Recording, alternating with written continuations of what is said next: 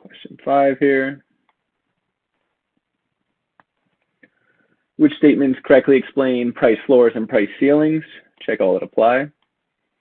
Possible answers are A, ineffective price floors tend to be too high.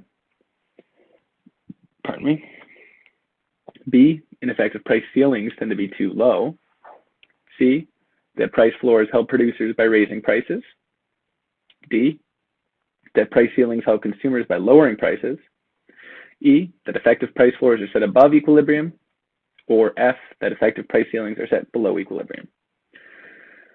And what our junior tutor has written here is that in economics for specific goods and services, governments will apply price controls that show the minimum and maximum prices of that particular good and service.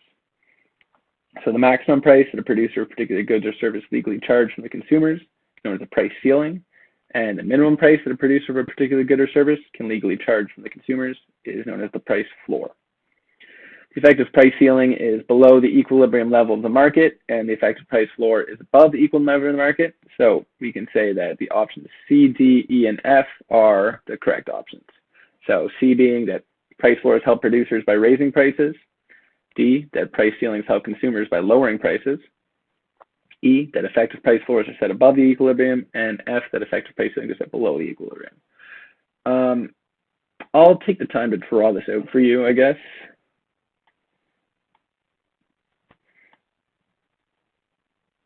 So we'll just draw our kind of typical supply and demand graph as we've been doing. Q on the x-axis, P on the y-axis.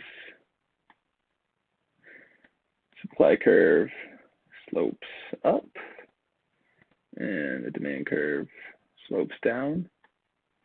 And this is what would be our equilibrium price level, Q star and P star. So first I'm going to draw a price floor. So price floor is going to look something like this. We'll call it floor. And you can kind of see right away why it needs to be set above equilibrium for it to be effective. So we'll call this PF. And when the price is set here, this means that the price is higher, so people are going to demand less, but also that there's going to be more supply.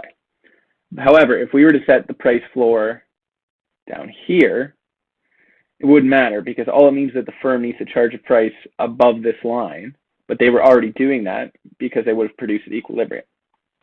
So this is why you can see that price floors are ineffective when priced below equilibrium. So the effect of a price floor, this is going to be our quantity supplied, which is above the equilibrium quantity. And this is going to be our quantity demanded, which is below the equilibrium quantity. So the difference, this area here, is going to be a surplus.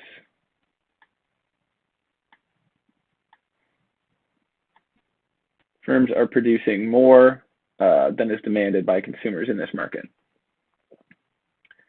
I don't think I have anything else to add with that. I'll draw a price ceiling for you now, just to compare to. And it basically works exactly the same, but opposite.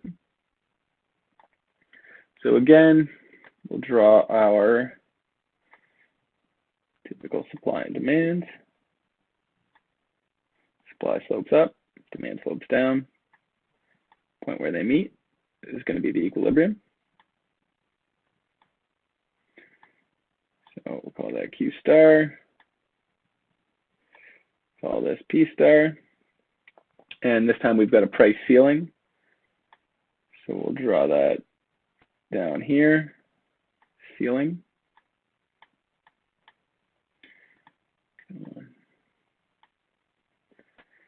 So similar but opposite to the price floor. If the price ceiling is set below the equilibrium point, that means that the highest price they can charge is at the ceiling. We'll call this PC for ceiling.